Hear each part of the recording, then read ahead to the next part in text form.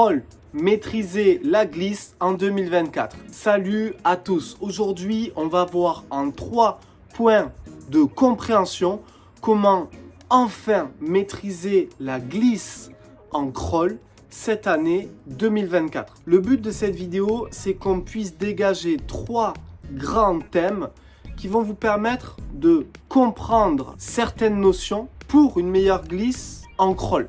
On parlera en 1 de votre alignement, en 2 de votre propulsion et en 3 du rythme et de votre synchro de mouvement. Vous avez été plus de 1500 à liker ma précédente vidéo sur la glisse. Et c'est ce palier qu'on vise, 1500 pouces bleus, pour toujours créer des nouvelles parties à nos vidéos YouTube. Donc un maximum de pouces bleus pour une nouvelle vidéo sur la glisse en crawl. Aussi, n'oubliez pas de vous abonner à cette chaîne YouTube pour retrouver toutes nos prochaines vidéos. On commence avec le sujet et avec le premier thème, position de votre corps dans l'eau.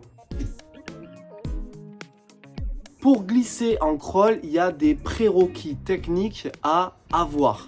Et le tout premier, c'est l'horizontalité. C'est-à-dire, je suis capable d'avoir un alignement parfait de mon corps dans l'eau.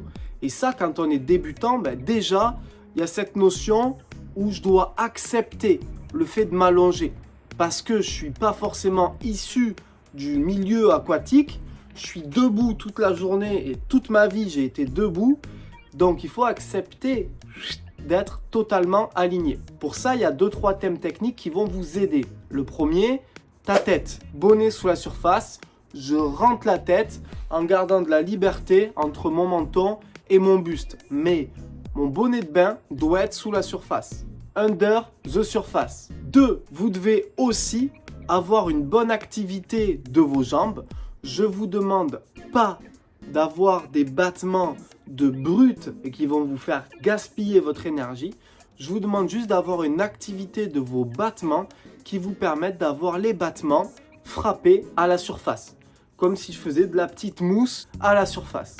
Et 3, je vais aussi être capable de générer de la vitesse avec mes appuis, car en générant de la vitesse, mon corps va avoir une inertie dans l'eau. Je pourrai profiter de cette inertie pour avoir un meilleur alignement.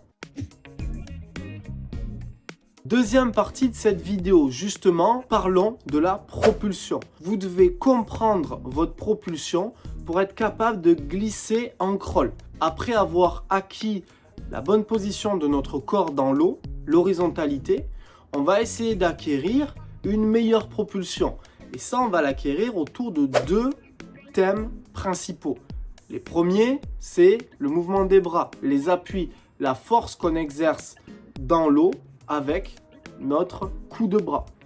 Le deuxième thème de propulsion, c'est les battements. Ce sur quoi vous devez vous concentrer, c'est surtout le mouvement de vos bras. Allez chercher le plus loin possible devant, exercer de la force de très loin devant jusqu'à très loin derrière. Car ça va vous permettre d'avancer et ça va être un moteur plutôt économique par rapport au moteur des jambes qui va être plutôt coûteux en énergie. Cependant, le moteur de nos battements, il faut le prendre en compte également. Ça peut amener une propulsion supplémentaire à la force de nos bras et c'est non négligeable.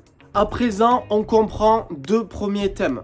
La position de notre corps horizontale et la force de nos appuis et de nos battements comme propulsion.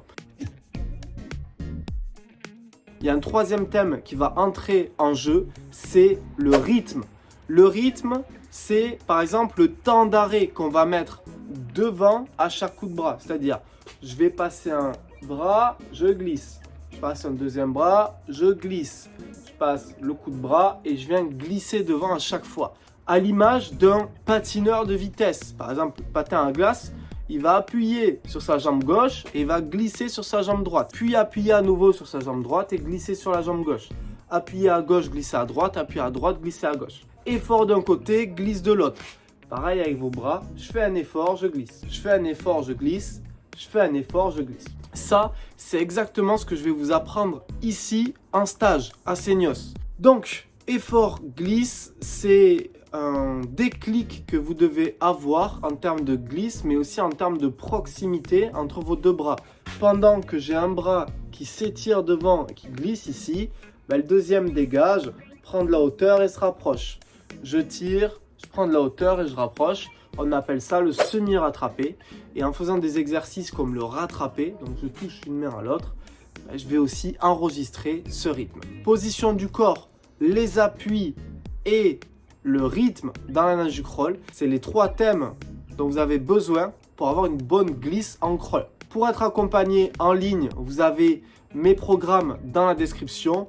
Mon meilleur programme Crawl Ultimate, pack efficacité, pack endurance et pack technique pour votre meilleure glisse en crawl. C'est en promo pour la nouvelle année, le lien est dans la description. Comme je vous l'ai dit, vous pouvez aussi me rejoindre en stage ici à Seignos. Les dates sont sur mon site web apprentissage-natation.com et moi je vous retrouve très vite pour une prochaine vidéo. C'était Malcolm, ciao.